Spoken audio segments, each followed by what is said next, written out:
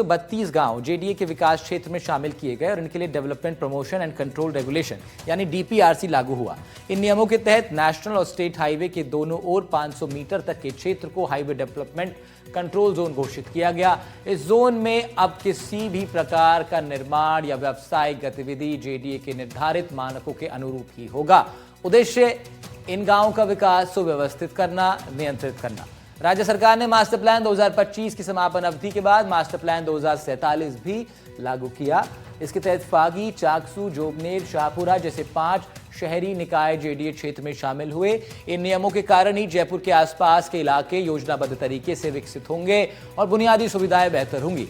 हमारे संवाददाता पहुंचे झालसू पंचायत समिति की बांस बावड़ी गांव, जहां ग्रामीणों से की है बातचीत और स्थिति का जायजा लिया।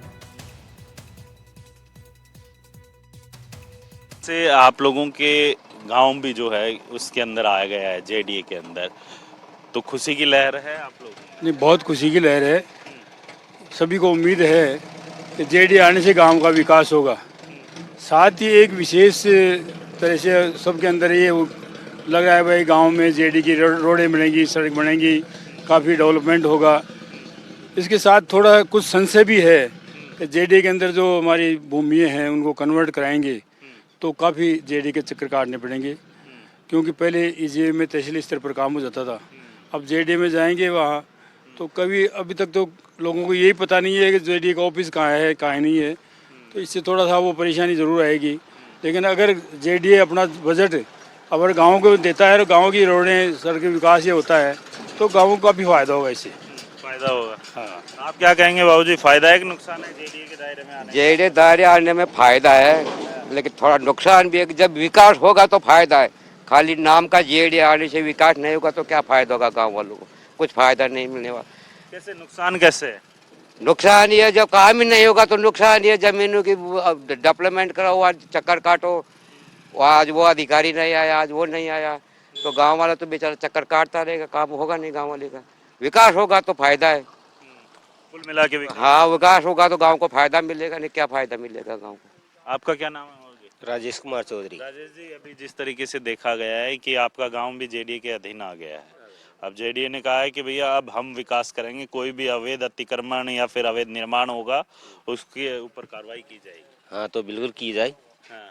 तभी सही होगा, विकास तो तभी होगा, विकास तो तभी होगा, उस पर कार्रवाई होगी ना पूर्ण तरीके से, तो वो विकास ही माना जाएगा। फायदा है आप? बिल्कुल पूर्ण तरीके से फायदा।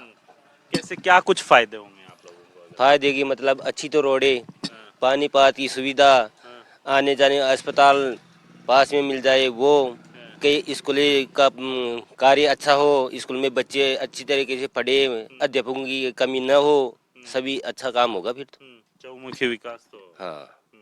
क्या कहेंगे बाबूजी, आपने वो दौर भी देखा जब स्कूल में थी लेकिन स्कूल प्रॉपर तरीके से नहीं होती थी क्योंकि स्टाफ की कमी थी। अब जयपुर के अंदर आ रहे हो आप, जयपुर शहर के अंदर, कि भैया इसका जो विकास है, गांवों का विकास है, वो जेडीए करेगा, जयपुर विकास प्राधिकरण। क्या कुछ कहेंगे? मकान नाम पर्वतियाल जी थे। अच्छा। बस करो विकास तो ये चौका ही नहीं, पर आज टाइम तो कोई विकास है नहीं।